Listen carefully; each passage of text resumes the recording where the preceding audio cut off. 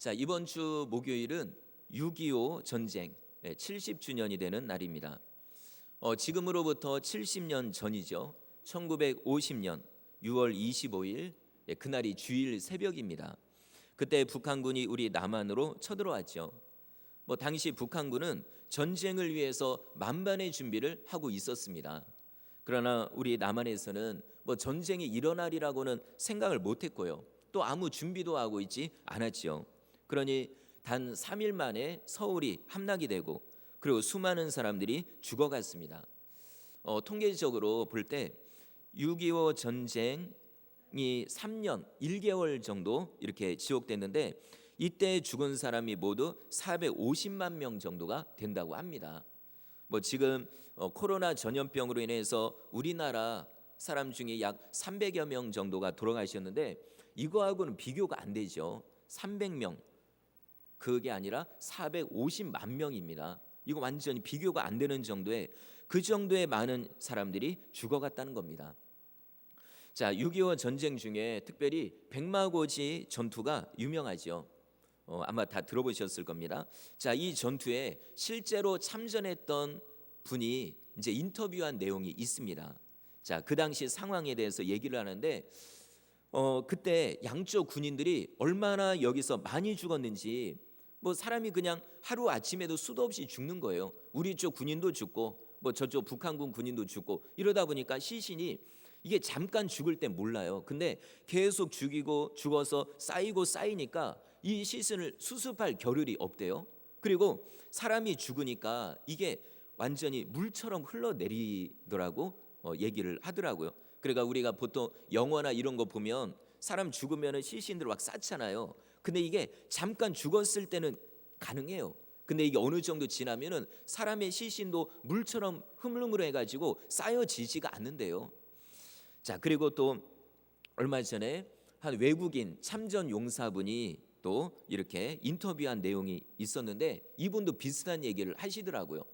자, 그분도 전쟁을 하는데 완전히 사람들이 죽어나가고 이게 마치 느낌이 사람들이 카페트처럼 집안에다 깔아놓는 어떤 방석처럼 사람들이 그렇게 죽어 있더래요. 그러니까 여기를 막 폭탄이 날아다니고 떨어지고 총알이 날아다니니까는 얼굴도 못 뜨고 그 시체 위를 벌벌 기어다니면서 전쟁을 했다고 합니다. 그러니까 이 충격이 얼마나 컸는지 그래도 간신히 살아남아서 자기 나라로 돌아갔는데 이 충격이 30년이 넘어갔대요. 정말 그 스트레스, 어떤 충격 이게 그렇게 컸다는 겁니다.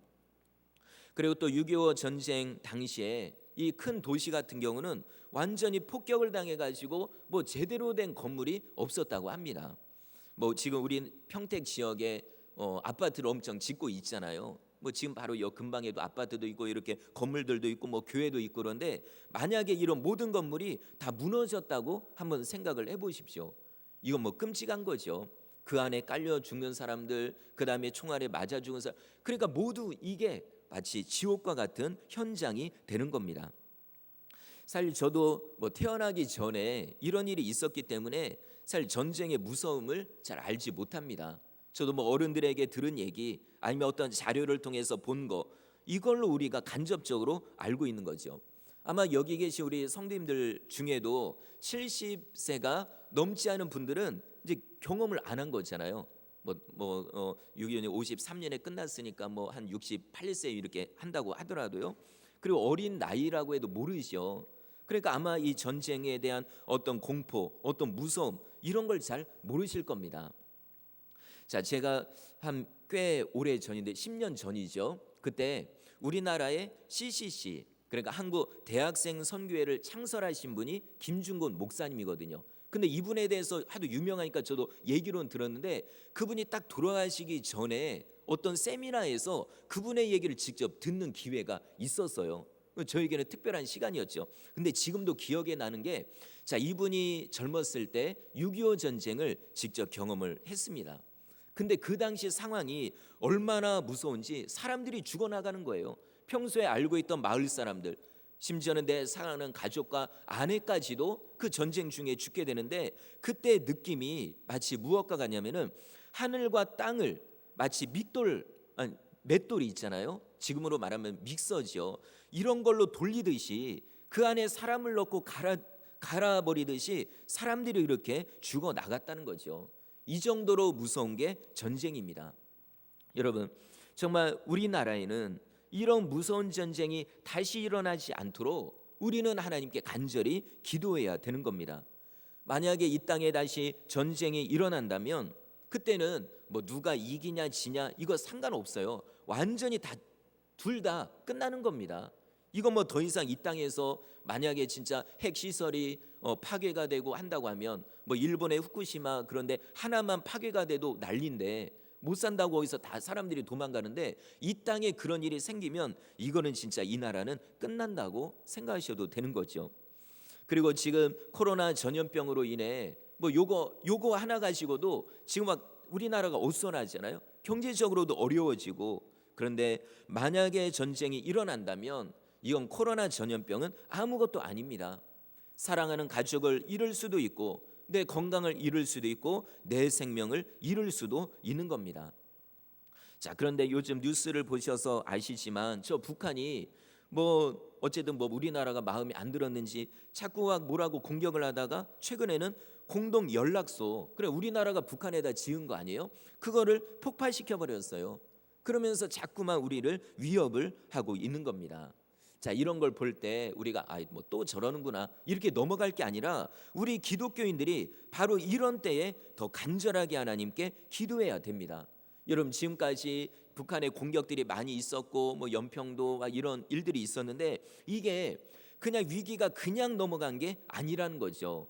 이 나라가 어려워질 때마다 정말 이 나라를 위해서 간절하게 기도하는 성도들이 있었다는 겁니다. 아마 여기 계신 성도들 중에도 나라가 이런 일이 딱 생기면은 기도해야 되겠다 해가지고 전적으로 기도하는 성도님들이 계실 겁니다.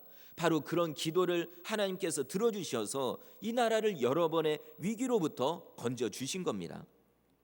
자, 오늘 본문에 보시면 유다 나라도 이런 큰 전쟁의 위기에 직면하게 됐습니다. 아까 서두에 북한과 우리나라에 대해서 말씀드린 것처럼 자, 북한이 전쟁을 일으킬 때 우리나라는 아무 준비도 못하고 있었잖아요. 지금 그거하고 똑같아요. 유다 나라가 이건 뭐 전쟁을 위해서 준비를 아무것도 못하고 있었다는 거죠. 정말 절대절명의 위기에 처하게 된 겁니다.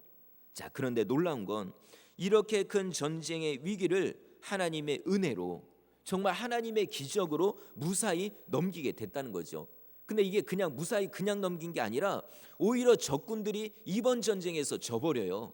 그리고 그냥 진 게 아니라 완벽하게 적군들이 다 제거가 되는 겁니다. 자, 그러면 어떻게 해서 이런 일이 가능한지, 그리고 또 우리나라도 지금 국가적으로 그 위기를 맞이하고 있는데 그럼 이 상황에서 오늘 말씀이 우리에게 주시는 교훈은 무엇인지 자, 세 가지로 말씀을 드리겠습니다. 첫 번째로는 위기를 축복의 기회로 삼으라고 말씀하십니다. 자, 유다 나라를 통치하고 있던 왕은 여호사밧 왕입니다. 유다 나라에 왕들이 많이 있었죠. 뭐 북이스라엘의 왕들도 있었고 남쪽 유다의 왕들이 많이 있었는데 자, 그 중에 손가락 안에 들 정도로 정말 믿음이 좋은 왕이 바로 이 여호사밧 왕입니다. 물론 잘못한 것도 있어요. 그러나 그때 하나님으로부터 뭔가 책망을 받은 다음에는 진짜로 열심히 정말 하나님 제가 잘못했습니다 이러고 하나님을 열심히 믿었고 그 다음에 그 유다 백성들로 하여금 하나님을 잘 섬기도록 바른 길로 인도했습니다. 그 오늘 우리가 역대하 20장을 읽었는데 그 앞에 19장에 보면은 이런 내용들이 많이 있습니다. 뭐 간단하게 말씀드리면 자, 먼저 유다 나라 전체를 돌아다니면서 백성들에게 얘기를 합니다. 이제 우리가 하나님을 열심히 믿어야 됩니다 라고 하면서 아주 돌아다니면서 얘기를 하고요. 그리고 재판관들을 세울 때는 분명하게 말하기를 너희들 하나님을 두려워하는 마음으로 백성들을 똑바로 재판해라 라고 하면서 아주 강하게 얘기를 합니다. 뭐 뇌물을 받거나 뭐 사람 이리저리 보면서 그렇게 하지 말고 진짜 하나님을 두려워하는 마음으로 제대로 똑바로 재판을 해라 라고 얘기를 했고요. 그리고 우상을 섬겼던 그런 여러 신당과 또 우상 단지들 이런 것들을 다 제거를 한 거죠. 자, 이 정도로 열심으로 정말 그 나라 전체를 하나님께로 온전히 돌아가도록 이렇게 했습니다. 자, 그런데 자, 이렇게 정말 뭔가 열심히 하고 있었는데 갑자기 큰 위기가 찾아오게 된 거죠. 바로 자, 유다 나라 이 오른쪽에 어떤 나라가 있냐면은 모압 나라, 암몬 나라, 그리고 세일산 사람들, 뭐 마운 사람이라고도 돼 있고요. 자, 이런 사람들이 연합을 하는 거예요. 네, 그냥 한 나라만 쳐들어와 가지고 안 되니까 그 나라 사람들이 이 연합을 해가지고 쳐들어온 겁니다. 자, 이때 아까 말씀드린 것처럼 유다 나라는 전쟁을 위해서 준비를 하나도 안 하고 있었거든요. 그냥 가만히 있다가 이 갑자기 전쟁을 하게 된 거죠. 자, 어떻게 보면 여호사밧 입장에서는 좀 억울하기도 하죠. 왜냐하면은 아니 여호사밧이 지금 잘못한 게 아니고 아니 그래도 나름대로 정말 뭔가 열심히 하나님을 섬기려고 하고 백성들도 또 그렇게 만들고 있었는데 아니 오히려 갑자기 이런 상황에서 위기가 닥치니까 아마 좀 마음적으로 좀 서운하고 좀 억울하지 않았을까 이런 생각도 듭니다. 자, 우리도 때로는 이와 비슷한 경험을 할 때가 있습니다. 그러니까 내가 뭘 잘못해서 뭔가 문제가 생긴다면 그러면 사실 그냥 겸허하게 받아들이면 되는 거죠. 하나님 제가 잘못했습니다. 그러니까 하나님이 책망하시는 거군요 하면서 뭔가 받아들일 수가 있어요. 그러나 그게 아니라 나름대로 열심히 신앙생활하고 정말 기도도 열심히 하고 뭔가 말씀대로 순종하려고 하는데 그럴 때 어려운 일이 생기면 그때는 잘 이해가 되지 않습니다. 욥도 그렇잖아요. 아니 욥도 진짜 그 당시 많은 사람들 중에 하나님이 인정하실 정도로 열심으로 믿음 생활을 했는데 오히려 엄청난 고난을 당하잖아요. 그때 욥이요 하나님께 그런 기도를 중간중간에 쌉니다. 하나님 제가 뭘 잘못했습니까? 제가 오히려 하나님을 위해서 열심히 살았고 정말 한번 제가 잘못한 거 있으면 한번 얘기해 보시라고 이 정도까지 기도를 해요. 제가 누구에게 이렇게 했고 오히려 가난한 자를 돕고 이렇게 했는데 아니 오히려 저에게 왜 이러십니까? 라고 하며 하나님께 호소하게 되는 거죠. 자, 그러나 우리 성도 여러분, 이런 때가 올 때 절대로 하나님을 원망하거나 아니면은 불평하거나 낙심하지 마시기를 바랍니다. 왜냐하면 지금 당장은 우리에게 위기인 것 같고 손해인 것 같지만 결국에는 우리에게 복을 주시기 위한 과정이라는 거죠. 자, 여호사밧 왕이나 유대 백성들도 똑같아요. 사실 처음에는 아니 왜 이런 일이 생기나 이렇게 생각했잖아요. 자, 사무엘 선지자가 처음에 이스라엘의 지도자가 되었을 때, 영적인 지도자가 됐을 때 미스바에 모여가지고 하나님께 열심히 예배했어요. 정말 백성들이 모여서 정말 회개하며 기도하고 했는데 그때 어떤 일이 생겼냐면 블레셋이 쳐들어와요. 아니 이런 일이 생긴다는 겁니다. 우리도 이런 일이 생길 때가 있는데 자, 그런데 그때 절대로 하나님을 원망하지 마시고요. 여기에는 뭔가 이유가 있나 보다 이렇게 생각하시면 맞습니다. 자, 그러면 여호사밧 왕도 이렇게 뭔가 열심히 믿음 생활하는데 왜 이런 전쟁이 찾아오나라고 이해가 안 됐잖아요. 그런데 자, 결론부터 말씀드리면 자, 이번 전쟁으로 인해서 패하거나 아니면 백성들이 죽어가거나 이런 게 아니라 오히려 거꾸로 돼요. 오히려 적군들이 패배하게 되는데 자, 24절에 보면은 뭐라고 말씀하고 있냐면 저 적군들 연합군들이잖아요. 얼마나 많이 왔겠어요. 뭐 최소한 뭐 몇십만 명 되겠죠. 이런 사람들이 한 명도 못 도망가고 그 자리에서 다 죽었다고 합니다. 이건 신기하죠. 자, 뿐만 아니라 적군들이 전쟁을 하기 위해서 물품을 엄청 가져왔잖아요. 무기도 가져오고 뭐 쇳덩어리, 그다음에 뭐 먹을 거, 뭐 여러 가지 옷과 뭐 여러 가지 많이 가져왔는데 이게 다 결국엔 누구 거가 되나요? 봐도 유대 나라 사람들의 거가 되는 거예요.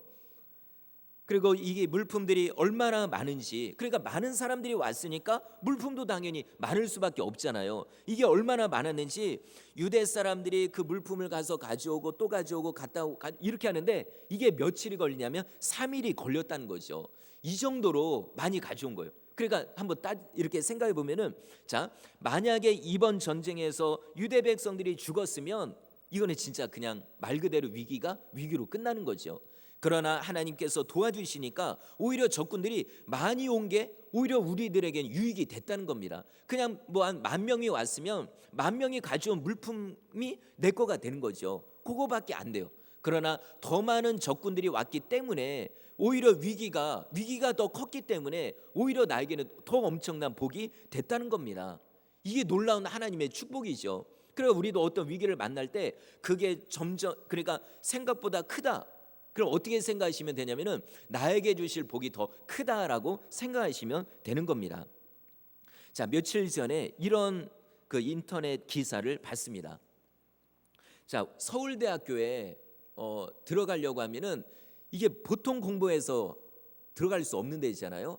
정말 뭐 학교에서 뭐 1, 2등 하더라도 못 들어가기도 하고요. 자, 그런데 서울대학교의 이 입학 그 자격, 이 지원 자격 여기에 보면은 보통은 보니까 2등급이 되더라고요. 그래서 사실 2등급이 자격이 될 뿐이지 2등급이 들어가는 거는 또 아니잖아요. 그래 1등급은 좀 그래도 괜찮고 자 이렇게 되는데 그러니까 공부를 열심히 하더라도 일단 2등급이 넘어가면은 이 학생들이 지원 자체를 할 수가 없잖아요. 자, 그런데 요 며칠 전이에요. 6월 12일인가요? 그때 서울대학교에서 수정해가지고 뭔가 변동해가지고 공고를 냈어요. 뭐라고 돼 있냐면은 등급을 한 등급씩 내린 거예요.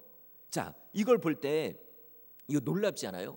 그러니까 어떻게 보면 코로나로 인해 가지고 야 요번에 공부도 안 되고 이거는 진짜 학교 들어가기도 어렵다라고 생각하는 애들이 있을 거예요. 근데 오히려 코로나의 위기가 그 평소에 2등급이 안 된 학생들에게는 오히려 기회가 됐다는 겁니다. 자, 물론 뭐 그렇다고 뭐 공부를 잘해야 되고 뭐 서울대 들어야 되고 이런 얘기 말씀드리는 게 아니라 때로는 내가 생각하지도 못했던 일이 정말 위기를 통해서 기회로 다가올 수가 있다는 거죠. 자, 이렇게 볼 때 정말 우리 개인적으로나 교회적으로나 국가적으로 어떤 위기를 만나면 이때 낙심할 게 아닙니다. 우리는 오히려 소망을 가지고 여기에는 뭔가 하나님의 뜻이 있다. 그렇게 생각하고 우리는 더 기도하고 하나님께 더 매달리는 거죠.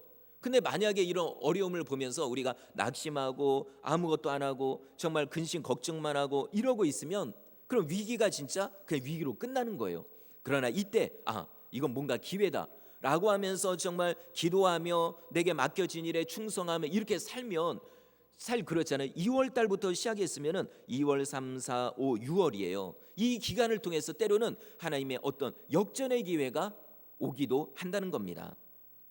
자, 그래서 우리 성도님들께서는 이런 위기의 때에 위기를 축복의 기회로 삼으시는 성도님들 되시기를 주의 이름으로 축원합니다. 자, 그다음에 두 번째로 오늘 말씀이 주는 교훈은 전적으로 하나님만 바라보라는 말씀입니다. 자, 이 세계 연합군들이 쳐들어왔는데 이때 여호사밧 왕은 대책이 없었어요.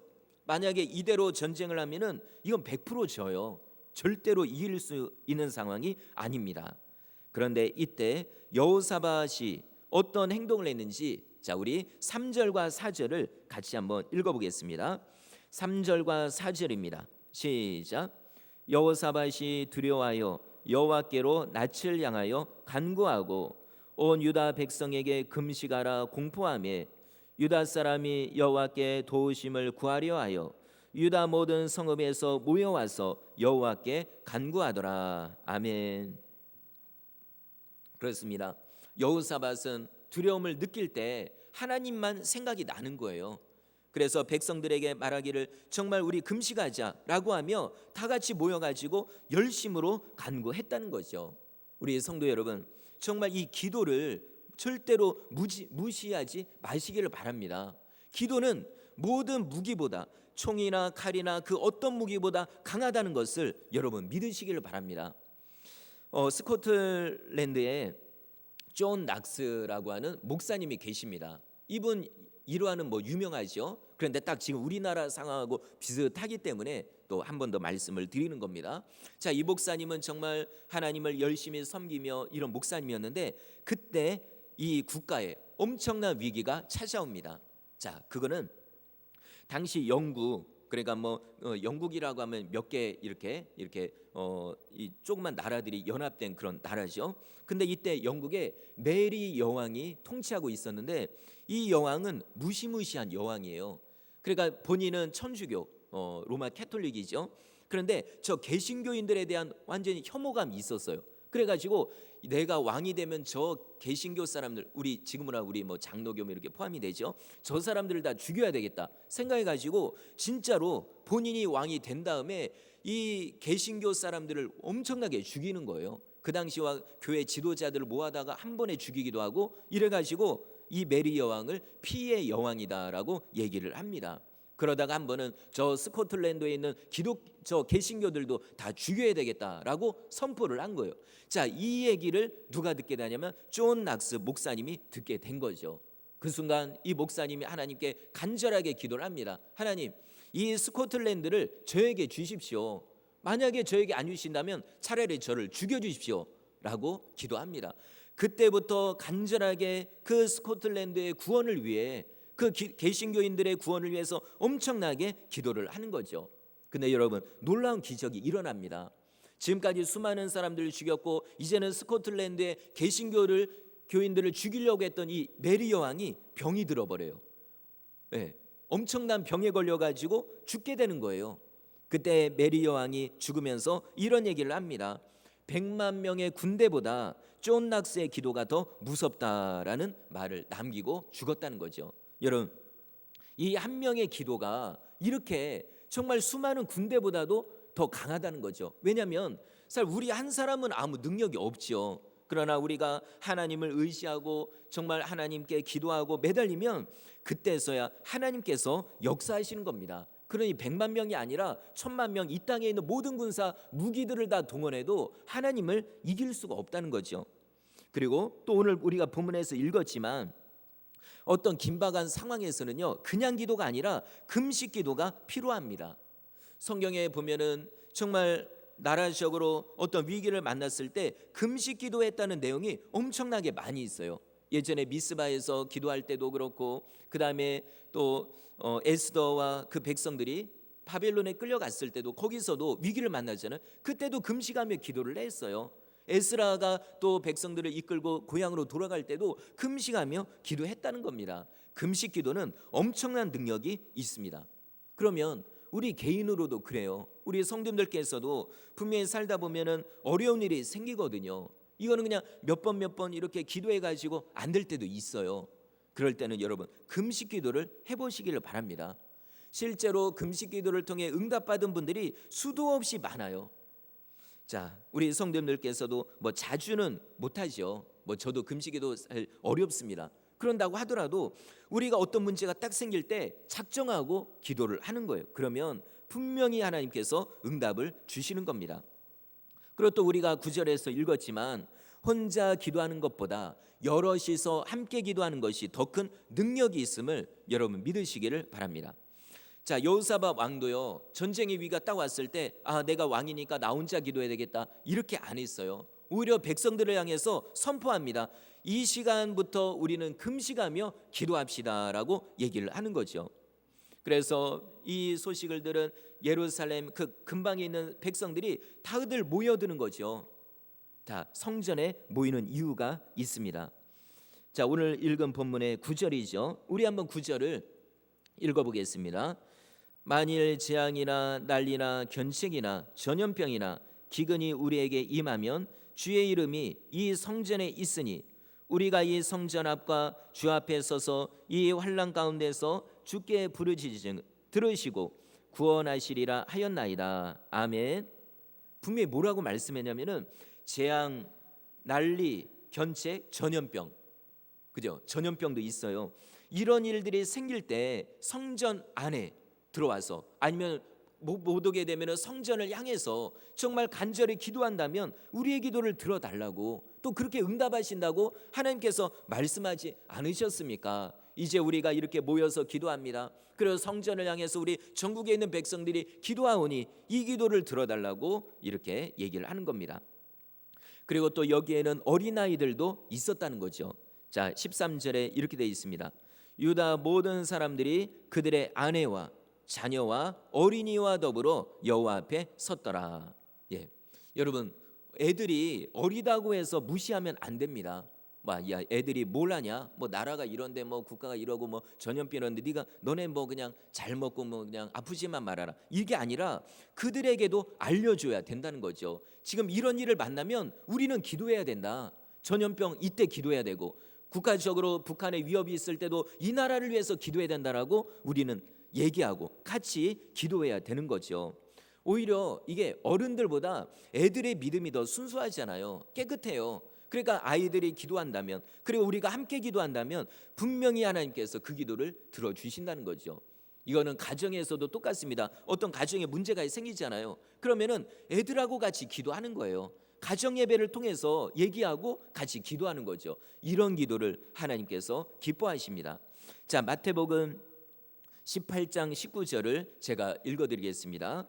진실로 다시 너희에게 이르노니 너희 중에 두 사람이 땅에서 합심하여 무엇이든지 구하면 하늘에 계신데 아버지께서 그들을 위하여 이루게 하시리라. 야고보서 5장 16절입니다. 그러므로 너희 죄를 서로 고백하며 병이 낫기를 위하여 서로 기도하라. 의인의 강구는 역사하는 힘이 큼이니라. 아멘. 여러분, 이 구절에서도 분명히 말씀하잖아요. 믿음의 기도가 얼마나 중요한지, 그리고 합심의 기도가 얼마나 중요한지 얘기하고 있는 겁니다. 여러분, 우리가 어떤 일이 있을 때 혼자 걱정하고 고민하고 이러지 마시고 이 기도 제목을 가족에게 얘기하고요, 그리고 성도들에게 얘기해서 같이 기도하는 거예요. 이 합심의 기도를 하나님이 들어주신다는 거죠. 그리고 혹시 우리 개인적으로 몸이 아프거나 이럴 때 1차적으로 가정에서 가족들에게 기도 부탁을 하는 거예요. 뭐 당연히 이제 목사님께도 또 얘기 들어주시면 또 그만큼 기도하겠지만, 먼저 가정에서 서로가 서로를 위해서 기도하는 거죠. 요거는 특별히 뭐 이제 평신도가 다른 성도와 안수기도 하고 이런 거는 잘 안 되잖아요. 그러나 가족으로서는 가능해요. 엄마 아빠가 자녀들을 위해서 안수에 기도하는 거죠. 아니면 자녀들도 엄마 아빠 아픈 데다 손 놓고 기도하는 거예요. 이럴 때 여러분, 기적이 일어납니다. 어떤 서울의 유명하진 않아요. 예, 어떤 목사님이 계신데 그 목사님도 처음에 이제 시각 장애인이거든요. 근데 하나님의 부름을 받아서 목사로서 사역을 하는데 이게 눈이 안 보이니까 사실 어렵잖아요. 근데 하나님께서 특별한 은사를 주셨어요. 신유의 은사거든요. 근데 이게 어떻게 왔냐면은 다른 데서 온 게 아니라 가족을 위해서 기도하다 왔다는 거죠. 여러분, 우리가 가정 안에서 서로가 서로를 위해 기도하는 게 엄청난 능력이 있다는 겁니다. 자, 그리고 기도는 전적으로 하나님만을 바라보는 행위입니다. 자, 하나님을 진짜 믿는 사람은 어떤 위기를 만날 때 기도해요. 이게 믿음이 있다는 증거입니다. 그러나 반대로 하나님을 안 믿는 사람은 기도하지 않는다는 거죠. 자, 그래서 혼자 고민하고 걱정하고 이리 뛰고 저리 뛰고 이럴 게 아니라 정말 어떤 문제가 딱 생기면은 먼저 하나님을 떠올리는 거예요. 정말 작정하고 기도를 하는 거죠. 또 옆에 사람들에게 얘기해 가지고 합심해서 기도하는 겁니다. 자, 여호사밧 왕도 어려움을 만났더니 사실 이게 왕이잖아요. 그럼 그 부담감이 얼마나 클까요? 내가 어떻게 하느냐에 따라서 내 밑에 있는 백성들이 죽느냐 사느냐 문제가 걸려 있는 거죠. 그때 여호사밧 왕은 이리저리 뭐 다른 나라 돌아볼 게 아니라 하나님만 바라봤습니다. 오늘 유명한 구절 12절을 같이 한번 읽어보겠습니다. 12절입니다. 시작. 우리 하나님이여 그들을 징벌하지 아니하시나이까. 치러오는 이 큰 무리를 우리가 대적할 능력이 없고 어떻게 할 줄도 알지 못하옵고 오직 주만 바라보나이다 하고. 아멘. 정말 여호사밧은 자기의 무능함을 철저하게 인정합니다. 하나님, 정말 저희는 저들을 대적할 능력이 없습니다. 저는 애들하고 똑같습니다. 그리고 방법도 모릅니다. 안다고 해도 어떻게 할 수 있는 것도 아니고요. 그래서 오직 하나님만 바라보나이다 라고 하며 간절하게 기도하는 겁니다. 그래서 우리 성도님들께서도 자, 그동안에 내가 어떤 어려움을 만날 때, 그리고 나라가 지금 이런 상황에서 내가 얼마만큼 하나님께 기도했는지 한번 돌아보시기를 바랍니다. 그래서 이제부터라도 우리가 어떤 나라에 딱 문제가 생기면 이건 기도해야 되겠구나. 그리고 내 가정에 아니면 나에게도 어떤 문제가 생기면 이거는 더 하나님께 기도해야 되겠구나라고 생각하시기를 바랍니다. 자, 마지막 세 번째로요. 자, 하나님께 기도했다면 이젠 하나님을 믿으시고 감사하시기를 바랍니다. 자, 14절부터 있는 내용인데요. 자, 그 앞에 정말 하나님께만 기도하고 금식하며 매달렸는데, 자, 14절 이후에 보면은 하나님의 응답이 떨어져요. 근데 응답이 어떻게 떨어지냐면은 레위 사람 야하시엘이라고 하는 사람이 있는데, 이 사람에게 하나님의 영이 임한 거예요. 하나님의 말씀이, 예언이 이 사람에게 임한 거죠. 그러면서 그가 성령 충만해 가지고 이렇게 얘기합니다. 15절인데 제가 읽어드리겠습니다. 야하시엘이 이르되 온 유다와 예루살렘 주민과 여호사밧 왕이여 들을지어다. 여호와께서 이같이 너희에게 말씀하시기를 너희는 이 큰 무리로 말미암아 두려워하거나 놀라지 말라. 이 전쟁은 너희에게 속한 것이 아니요 하나님께 속한 것이니라. 아멘. 이 말씀의 의미는 이런 겁니다. 너희들이 지금 이렇게 모여가지고 간절히 기도하는 거 내가 들었다. 내가 하늘에서 내가 들었다.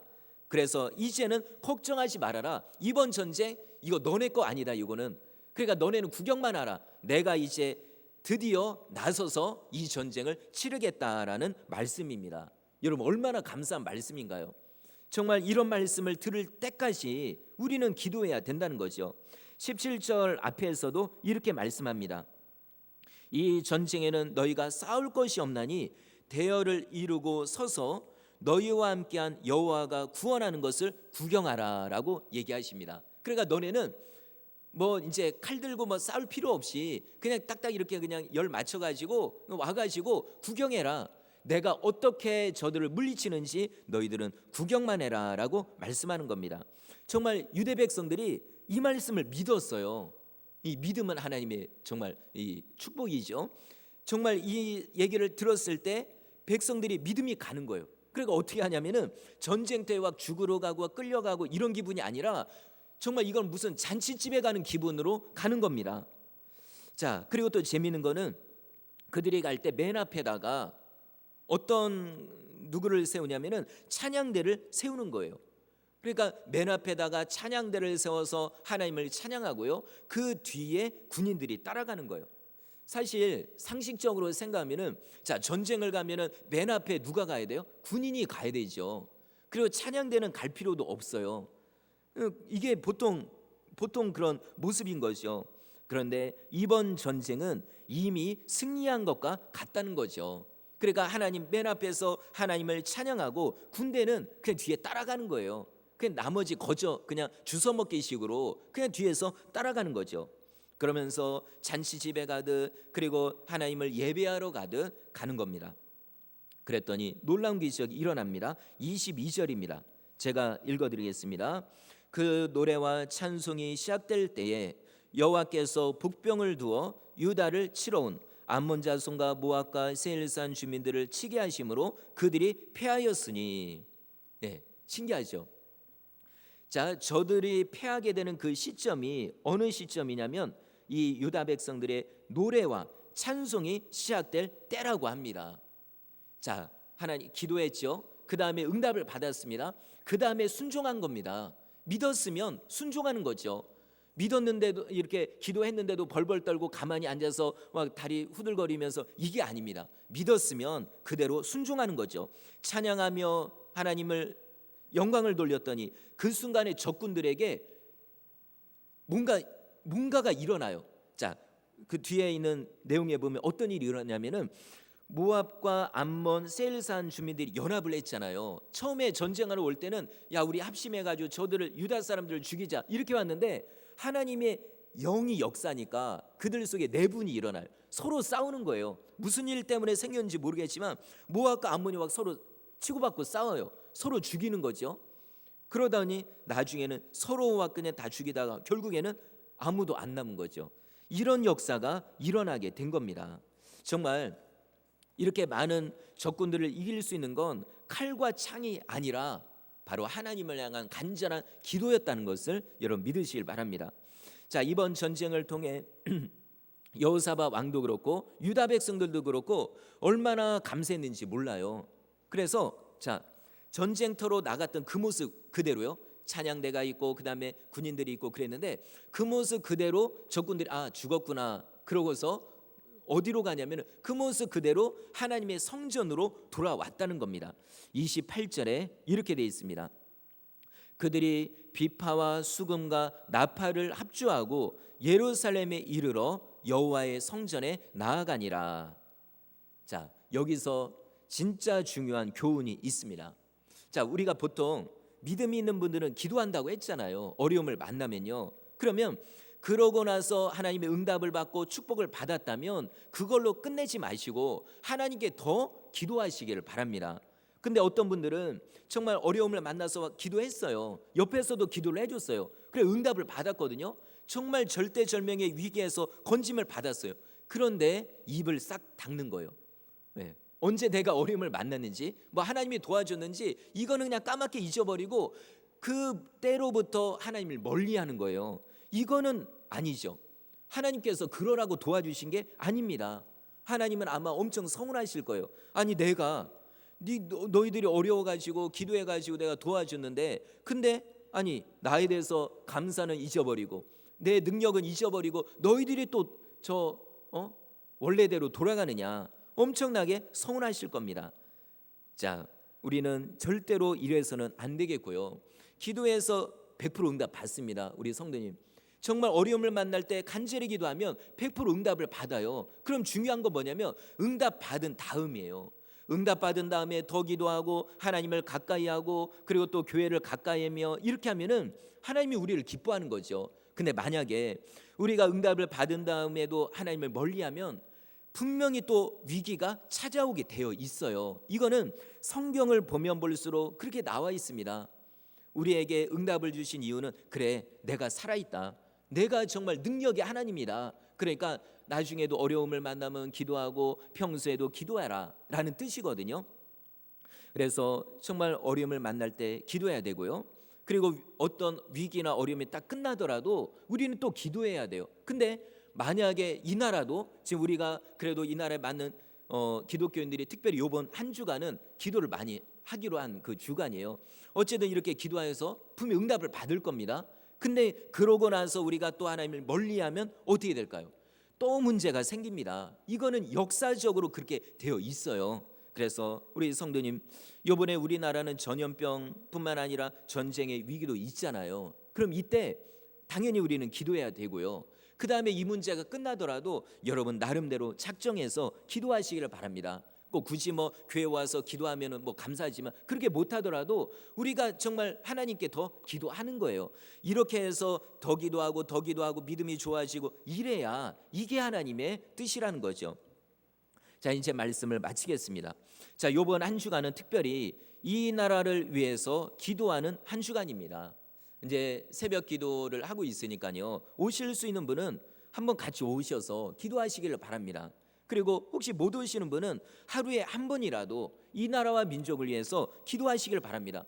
그냥 이 나라 이건 뭐 그냥 되겠지, 넘어가겠지 이런 생각하고 나만을 위해서 살아가면 나중에 어떻게 될까요? 만약에 진짜 전쟁이 일어난다고 하면은 내가 지금까지 지키고 왔던 뭐 사업장 아니면은 뭐 직장, 가정 이거는 끝나는 거예요. 나라가 안전해야 우리의 교회도 안전하고 우리의 가정도 안전하다는 거죠. 그래서 다시는 이 땅에 6.25 전쟁과 같은 전쟁이 일어나지 않도록, 그리고 저 북한 땅에도 복음이 들어갈 수 있도록 간절히 기도하시는 성도님들 되시기를 주의 이름으로 축원합니다. 자, 이 시간에 우리 오늘 말씀